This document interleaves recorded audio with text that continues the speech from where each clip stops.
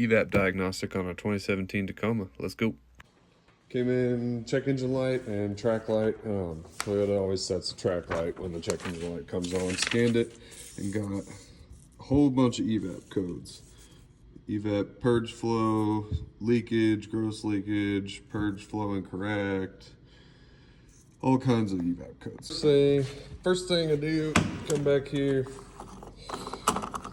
check the gas cap.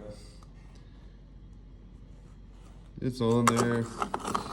It's tight. Looks like it's sealing. I probably could have just gone straight to the smoke machine, hooked that up, but I want to check that purge valve since we have so many purge codes. And hooked up my vacuum gauge here. Obviously that purge valve is not leaking. I wanted to say that the vent valve here in the scan tool turned it on to close it, so that way we can pressurize the system. As you can see, we have a leak. So now we've got the smoke machine hooked to the inlet of the purge valve there. We can go back here, take a peek, and already see we've got some smoke. I don't know if you can pick that up on the camera or not. Coming up out of this area.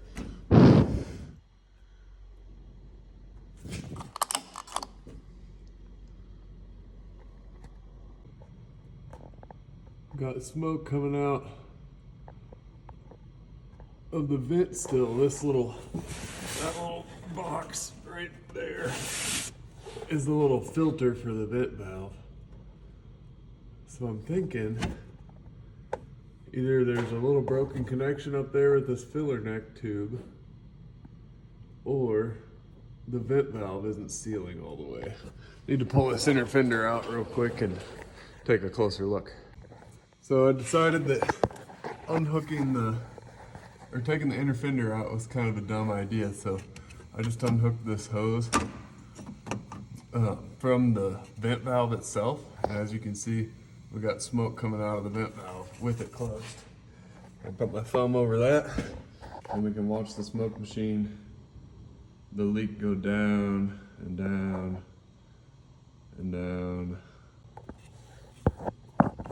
So yeah, I'd say we need a vent valve because that sucker is not shutting all the way.